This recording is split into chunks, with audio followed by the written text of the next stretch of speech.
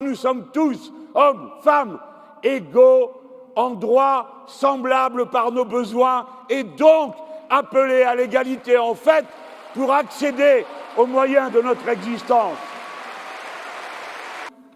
C'est une réalité dans laquelle un petit nombre accumule toute la richesse, et pour en accumuler sans cesse plus, ne met aucune limite à sa prédation sur la nature et sur les êtres humains.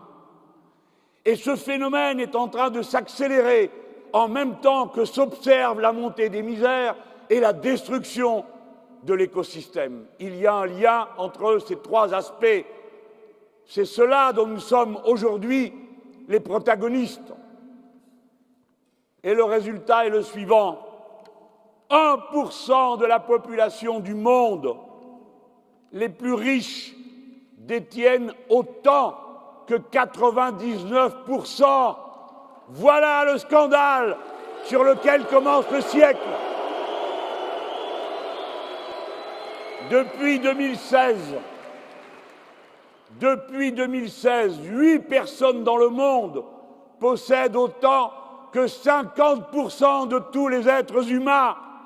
Et ce nombre est passé de plus de 300 il y a quelques 10 ans à 8 aujourd'hui. C'est donc une accélération de la concentration de la richesse et du pouvoir qui s'exerce sous vos yeux. Mais dans quel monde vivons-nous? Comment se fait-il que nous en soyons arrivés là? Sinon parce que les uns prennent tout et que les autres n'ont presque plus rien pour eux, et que ceux qui sont au milieu sont priés de porter le fardeau pour tout le monde. M. Macron vient de dire ça. Donc il le sait. S'il le sait, pourquoi il en reparle? Parce que dans le texte actuel, il est dit 2 offres d'emploi raisonnables. Ça veut dire que ce qu'il propose, lui, c'est 2 offres d'emploi, n'importe laquelle. Et si tu ne le prends pas, plus d'indemnité. Comme s'il ne savait pas déjà. Comme s'il ne savait pas déjà que la moitié des chômeurs de notre pays ne sont pas indemnisés, monsieur le beau parleur. Le problème qui se pose, c'est de savoir comment aider les gens à vivre, pas comment les pousser à crever. Mais je voudrais dire à ceux qui ont beaucoup, ou à ceux qui sont des gens comme moi qui ont une paye de cadre supérieur, la morale de la vie en société, ça ne peut pas être profite et tais-toi et regarde ailleurs quand quelqu'un dort par terre. Non, ça ne peut pas être ça. Les 3 autres sont d'accord là-dessus. Inclus M. Macron qui trouve cette idée, je trouve assez étrange. Les autres au moins disent franchement qu'ils veulent supprimer l'impôt sur la fortune. Lui ne veut le supprimer que sur la partie financière de la propriété du capital qu'ont ces personnes. Alors elles continueraient à payer l'impôt sur la fortune en ce qui concerne leur logement, leur maison, etc., mais ne paieraient plus sur la finance, sur les actions qu'ils possèdent. Mais précisément, ce que nous cherchons, c'est à définanciariser l'économie du pays. Il ne faut donc pas encourager la financiarisation. C'est donc une absurdité d'un bout à l'autre que ce projet qu'il a. Vous avez vu la tête qu'ils ont fait quand on a proposé de lutter, non pas en parole, mais dans les faits, pour passer à la retraite à 60 ans avec 40 annuités. D'abord, ceux qui ne se sont pas évanouis à la moitié de la phrase font comme si c'était une abomination. Mais ce qui est une abomination, c'est qu'ils veulent nous ramener au début du XXe siècle. Parce que la retraite à 65 ans, c'était en 1910. Et les gens disaient, à 65 ans, on ne va pas l'avoir passée, celle-là. On cotise pour les morts, disait-il. Et le grand Jaurès leur dit, écoutez, on prend, puis on améliorera. Prenons cette retraite. Et voilà qu'ils veulent nous y ramener. Comme c'était en 1910, qu'est-ce qui se passe? Qu'est-ce qui se passe, les amis? Depuis 1870, il nous faut 2 fois moins de temps de travail pour produire 30 fois plus de richesses. Voilà la réalité. Qui la prend? Qui la capte? De quoi parle-t-on quand on parle d'avancer l'âge de la retraite? On parle de répartir la richesse différemment. Ce sont des cotisations qui permettent de payer les retraites. De ceux qui travaillent payent pour ceux qui ne travaillent pas. C'est un système par répartition. Vous êtes sûr que la richesse existe quand elle est distribuée? C'est pas comme leur fichu système à points, où tous les ans vous allez découvrir de quoi combien s'élèvera votre retraite parce que vous ne le savez pas d'avance. Et l'autre, il vous dit à la télévision, chaque euro cotisé donnera au même droit. Tu parles? Oui, au même droit à rien. Mais oui, nous ne demandons pas des choses extraordinaires. Le programme commun du peuple, il est fait de choses très simples.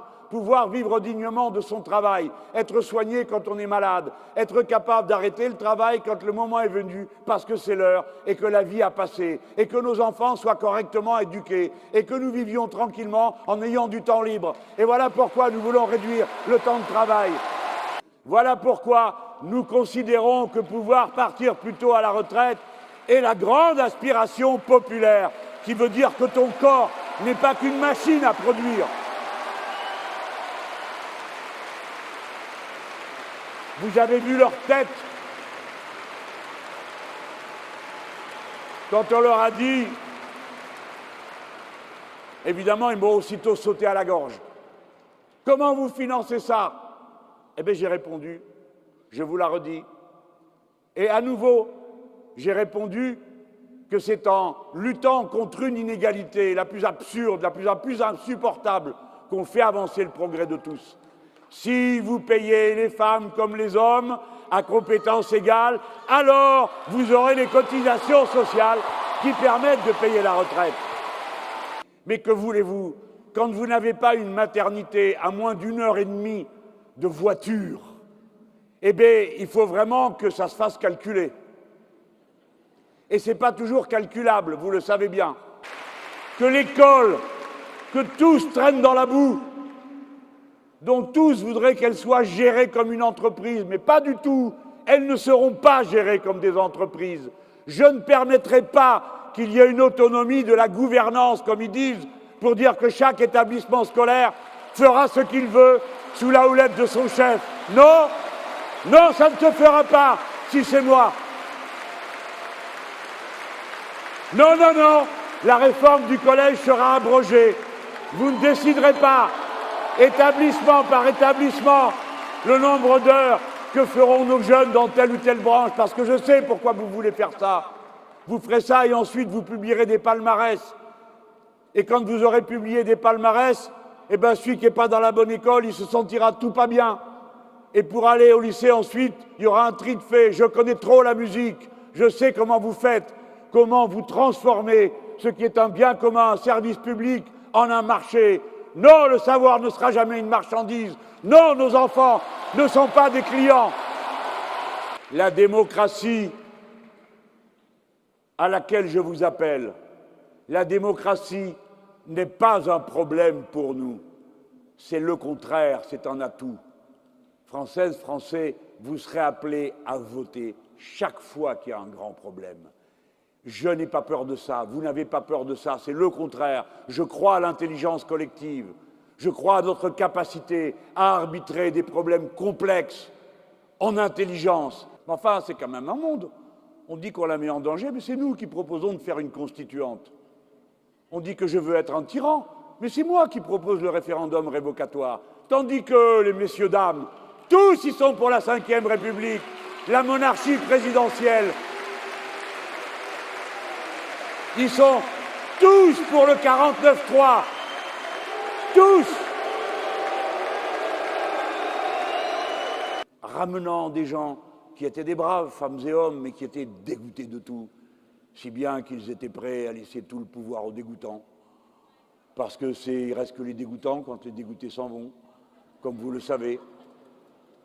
Eh bien, petit à petit, vous avez formé cette masse consciente, éduquée.